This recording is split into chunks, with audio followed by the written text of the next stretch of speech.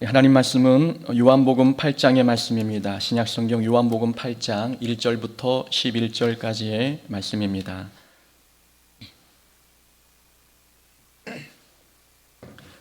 요한복음 8장 1절부터 11절까지 말씀을 한 절씩 교독하겠습니다. 제가 먼저 한 절 읽겠습니다. 다 각각 집으로 돌아가고 예수는 감람산으로 가시니라.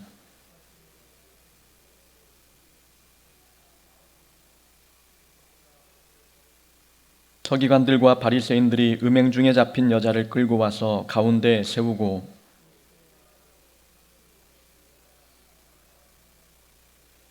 모세는 율법에 이러한 여자를 돌로 치라 명하였거니와 선생은 어떻게 말하겠나이까.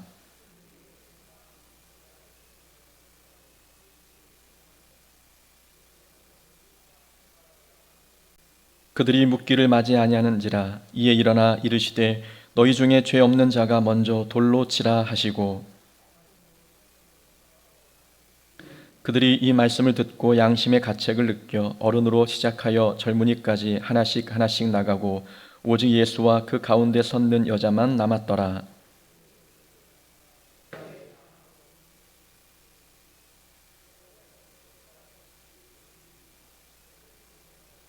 함께 읽습니다. 대답하되 주여 없나이다. 예수께서 이르시되 나도 너를 정죄하지 아니하노니 가서 다시는 죄를 범하지 말라 하시니라. 아멘. 본문 말씀 통해서 함께 나눌 말씀의 제목은 던지던 돌을 내려놓으라, 던지던 돌을 내려놓으라 입니다. 바바라 월터스라는 여인이 있었습니다. 미국의 유명한 저널리스트이고 매우 인기가 높은 방송인입니다.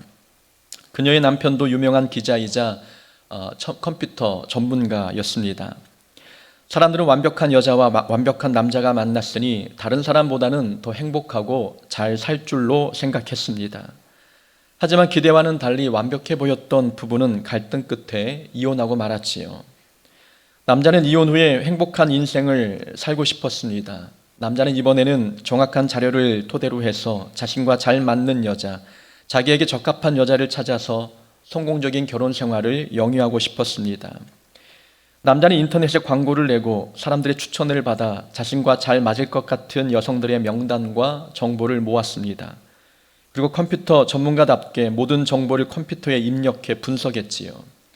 컴퓨터는 이 남자와 가장 잘 어울릴 것 같은 여자 1위부터 10위까지 리스트를 뽑아주었습니다. 그런데 결과가 매우 흥미로웠습니다.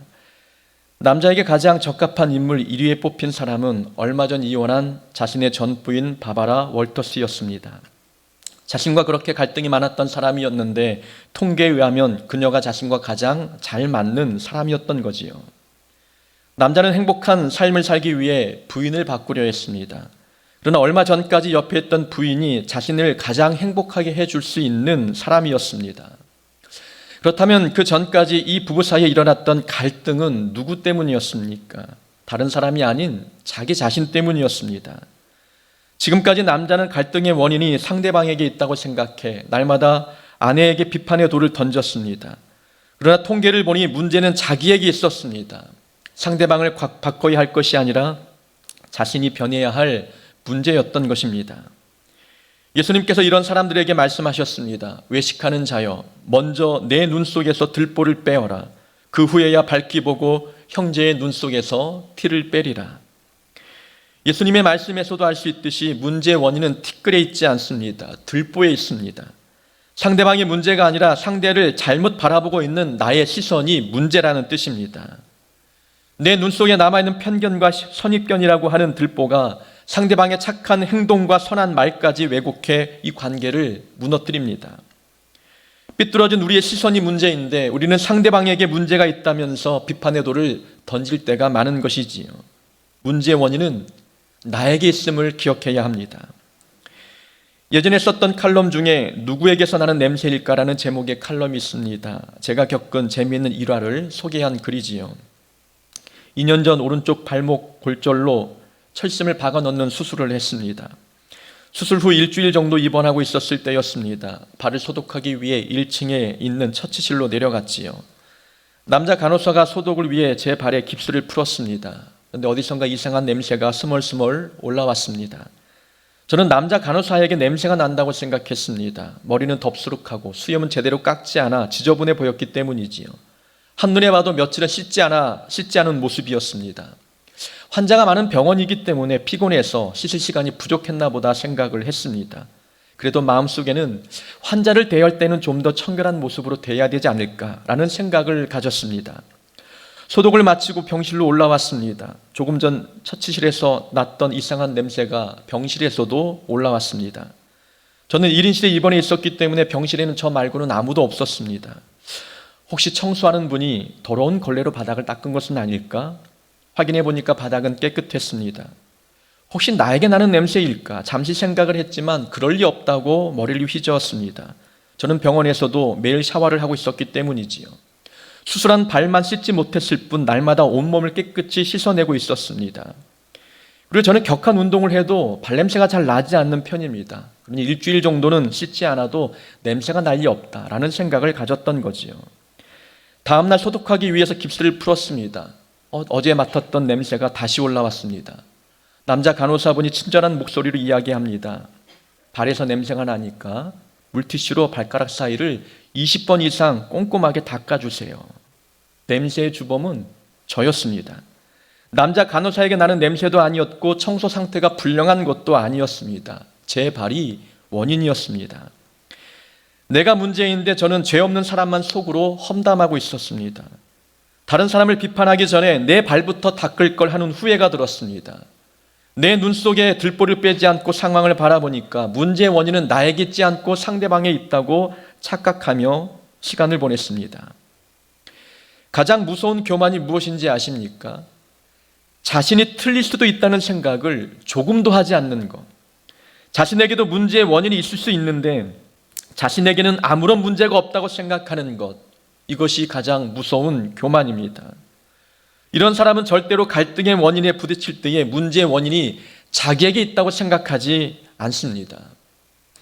예수님 당시에 썼던 바리새인과 종교 지도자들이 그러했습니다. 그들은 하나님 앞에 전혀 문제가 없다고 착각하며 살았습니다. 예수님이 바라볼 때에 바리새인의 금식은 자기 자랑이 되고 기도와 구제는 자기 의를 내세우는 도구가 되고 있었습니다. 그런데 본인들은 아브라함의 자손이라고 하는 이 자부심 속에 살면서 본인들은 누구보다 하나님 말씀에 순종하며 살고 있다고 생각했습니다. 정작 하나님의 말씀을 전하는 예수님은 거부하고 심지어 예수님에게 돌까지 던지며 죽이려 했는데도 말입니다. 자기에게 문제가 있는데 본인에게는 문제가 없다고 생각하며 살아가는 것, 이것이야말로 가장 무서운 교만입니다. 자기에게 문제가 있다는 것을 깨닫지 못하는 이유는 자기 착각에 빠져 있기 때문입니다. 제가 제 발에서 냄새가 나지 않을 것이라고 자신만만했던 이유가 여러분 무엇 때문입니까? 저는 매일 샤워를 하고 있었기 때문입니다. 발가락 몇 개만 씻지 않았을 뿐 날마다 몸을 씻고 있었기 때문에 나에게는 냄새가 나지 않을 거야 라는 생각을 갖고 있었던 겁니다. 그래서 어떤 면에서는 신앙생활을 열심히 하는 사람들이 자기 자신을 잘 돌아보지 못합니다. 자기는 열심히 금식기도 하고 구제하며 예배드리고 있으니 문제가 없다고 생각하는 것입니다. 스스로 자기 착각에 빠지는 거지요.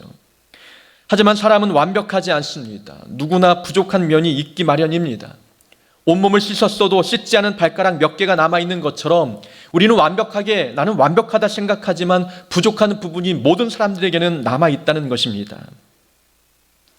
발가락 몇 개에서 나는 냄새가 온 방을 더럽히듯 우리의 작은 흠에서 나는 냄새가 공동체 전체를 오염시킬 수 있는 것입니다.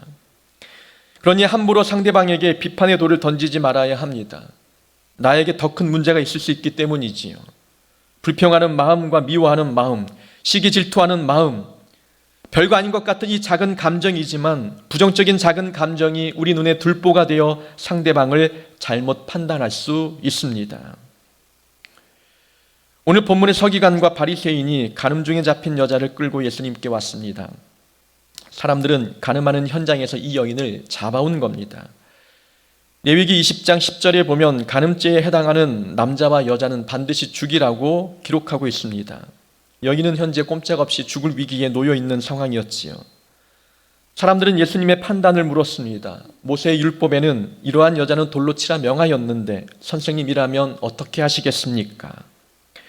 사람들은 예수님에게서 고발할 조건을 찾고자 했습니다. 예수님께서 죽이지 말라 말씀하시면 율법을 어기는 것이니 고발할 조건을 찾는 것이고, 돌로 쳐 죽이라 명령하면 예수님의 가르침과 어긋난 말이기 때문에 이 또한 문제가 되는 것이었습니다. 이러지도 못하고 저러지도 못하는 상황을 만들어서 예수님을 올무에 걸려 넘어뜨리려는 것이 그들의 계획이었지요. 예수님은 답변 대신 손가락으로 땅에 글을 쓰셨습니다. 뭐라고 썼는지는 알 수 없지만 다 쓰신 후에 너희 중에 죄 없는 자가 돌로 치라 말씀하셨습니다. 그리고 나서 다시 한번 땅에 손으로 글을 쓰셨습니다. 사람들은 예수님의 말씀을 듣고 양심의 가책을 느껴 돌을 모두 내려놓고 돌아갔습니다.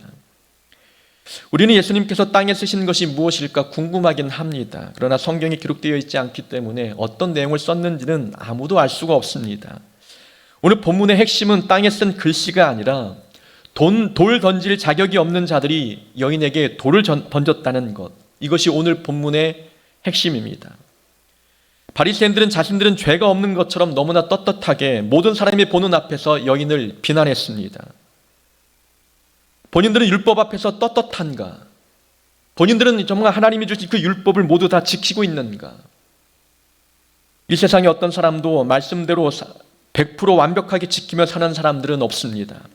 서기관과 바리새인들이 본인들은 흠이 없다 생각하지만 하나님의 말씀 앞에 설 때에 그들도 똑같은 죄인이었습니다. 본문 속의 여인은 죄를 들켰지만 바리새인들은 죄를 들키지 않은 것일 뿐이었던 거죠. 누구나 다 똑같은 하나님 앞에 죄인이었습니다. 돌을 던질 자격은 어떤 누구에게도 주어지지 않았습니다. 우리에게는 그럴 자격도 그럴 권한도 없는 거죠. 우리는 가라지와 알곡을 구분할 수 있는 안목도 부족합니다. 가라지를 뽑다가 알곡을 뽑을까 염려되기 때문에 예수님은 가라지를 뽑지 말라고 명령하셨습니다. 하나님은 우리에게 가라지를 뽑을 자격도 주지 않았을 뿐만 아니라 누군가에게 돌을 던질 자격도 주지 않으셨습니다. 우리 눈에 가라지처럼 보여도 하나님 눈에는 알곡처럼 보일 수 있는 것입니다.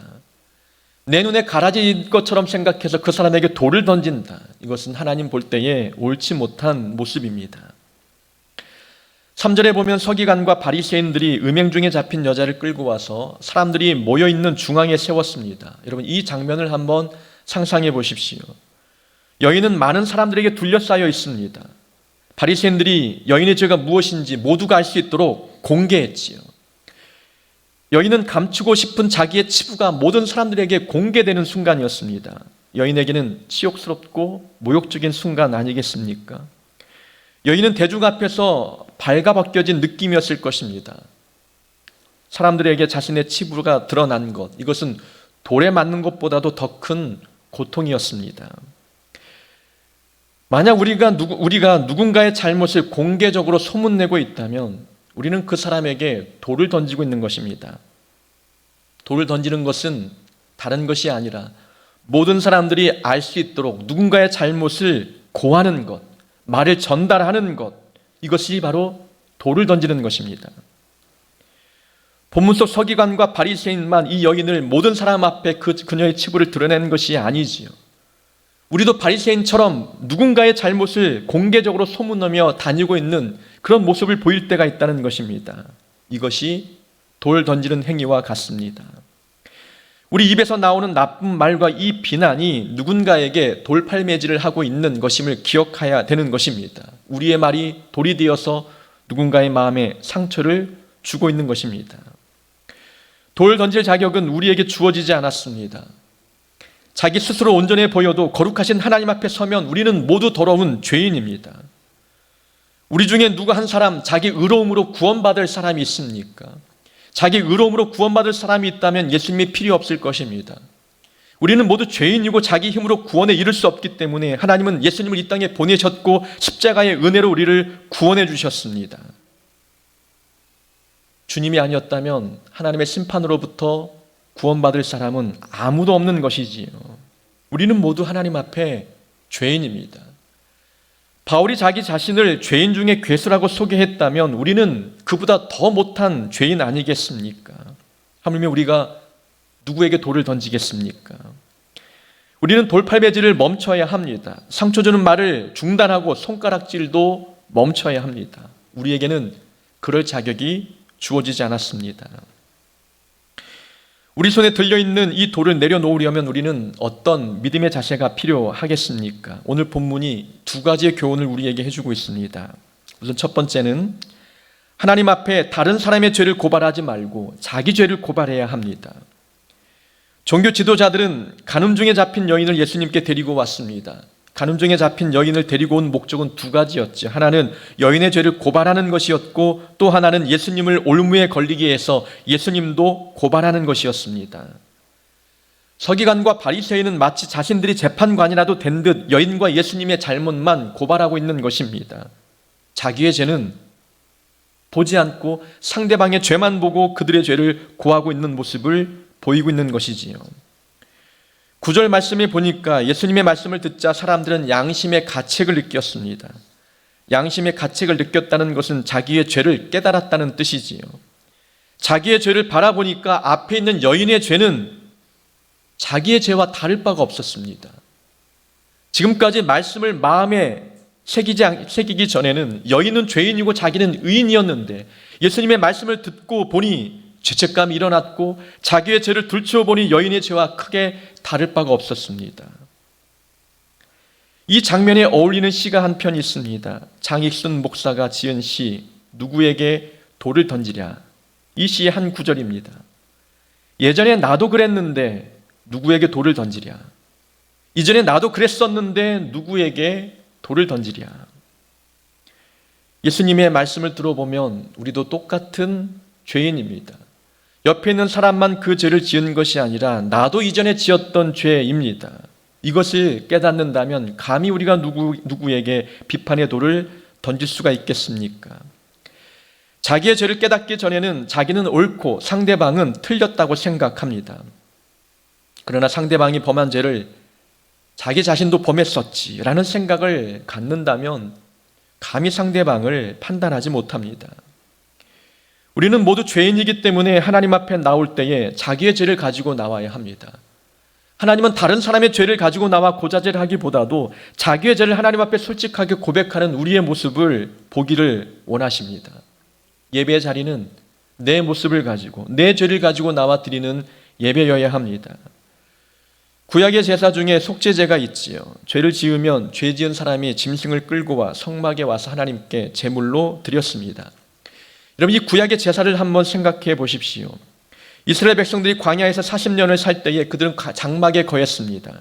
문만 열면 정면에 성막이 보였고 성막 동쪽에 서 있으면 누가 어떤 제물을 이끌고 성막 안으로 들어가는지 다 볼 수가 있었습니다.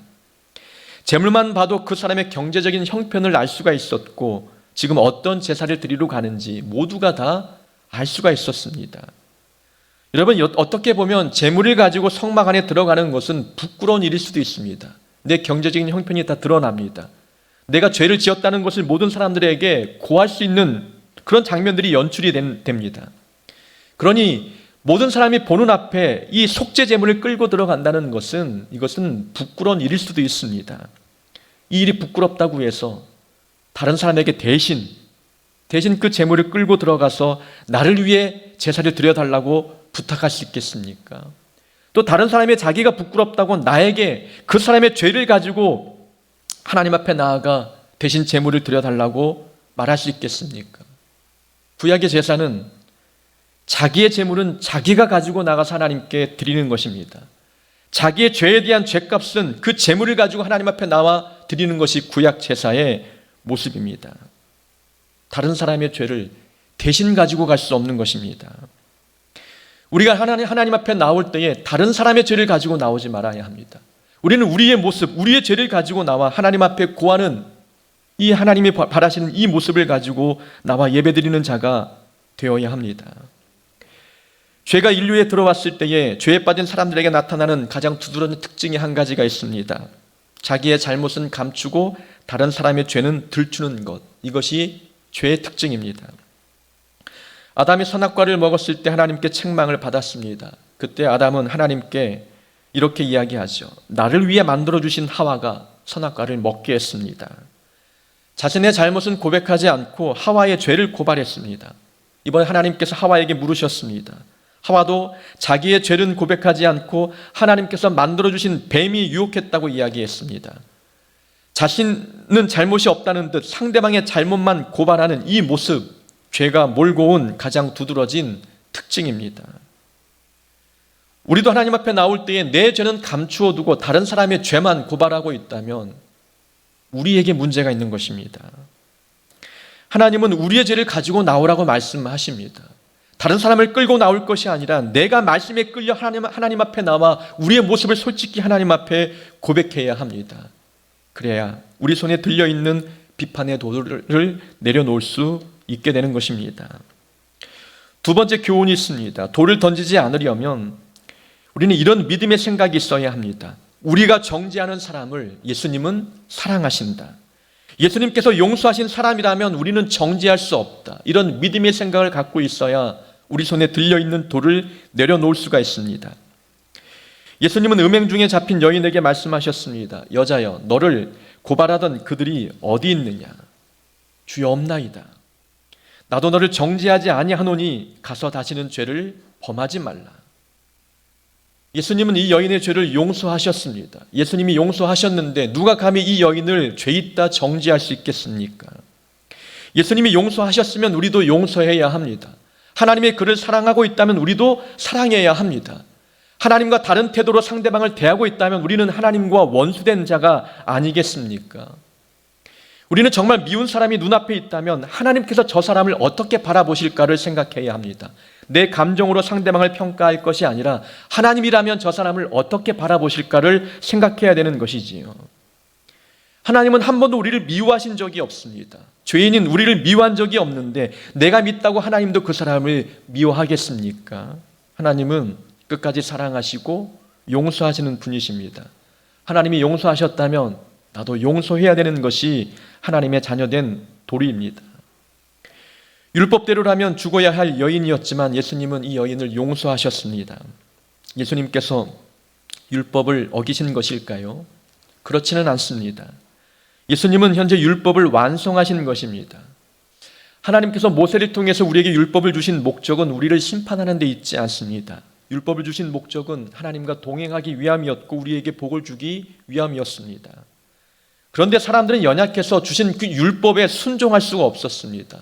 사람의 힘으로 율법에 순종한다는 것은 불가능에 가까운 일이었던 거지요. 그러니 하나님께서는 예수님을 이 땅에 보내주셨고 우리를 위해 십자가 위에 죽으셨습니다. 우리는 예수님을 믿기만 하면 하나님과 동행할 수 있었고 하나님의 놀라운 복을 받을 수가 있었습니다. 우리가 율법을 다 지키지 못해도 십자가의 은혜와 사랑으로 말미암아 구원을 얻고 복을 누리는 존재가 되었습니다. 예수님이 오신 이후에 우리는 이제 율법 아래 거하는 자가 아니라 십자가의 은혜 아래 거하는 존재가 된 것이었지요. 예수님께서 여인을 용서하신 것은 예수님은 이제는 율법이 아닌 사랑의 법으로 사람을 다스려야 함을 우리에게 가르쳐주고 있는 것입니다. 율법의 잣대 앞에 완벽한 사람이 어디 있겠습니까? 율법을 잣대 삼아 사람을 평가한다면 그 앞에서는 온전한 사람이 없습니다. 모두가 다 죄인이고 모두가 정죄받을 사람이 되는 것입니다. 그러나 사랑의 법 아래 놓이면 모든 사람들은 사랑받을 자격이 있는 존재임을 우리는 배우게 되는 것이지요.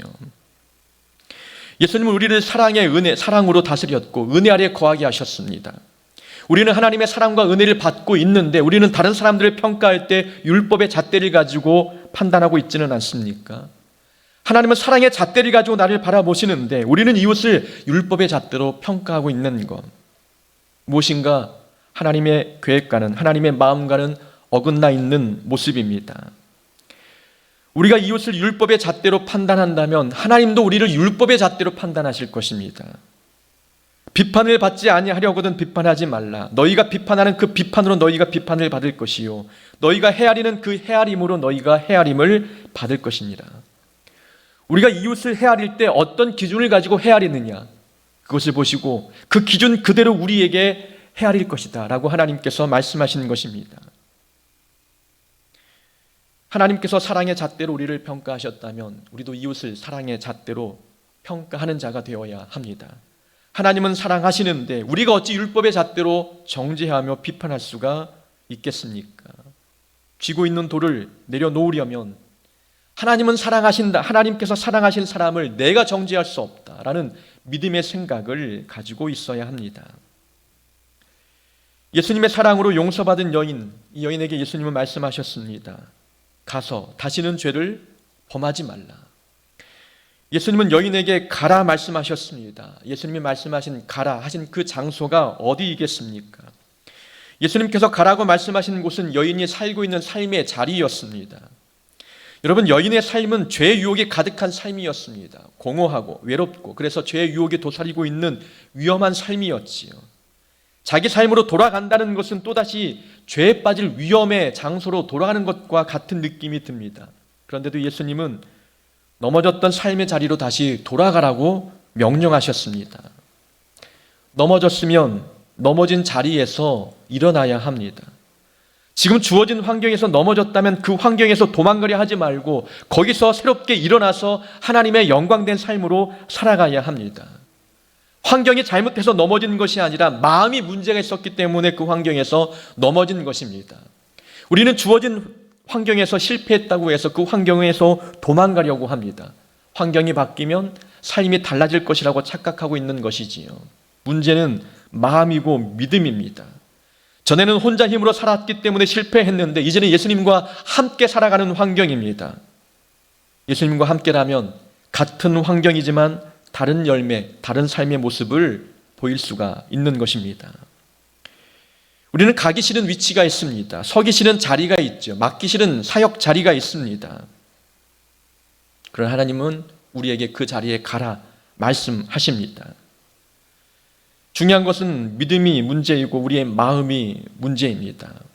환경을 탓하면서 가기 싫어하고 또 다른 새로운 환경을 하나님께 요구하고 있다면 우리는 하나님의 전능하신 능력을 신뢰하지 못하는 것이 되는 것입니다.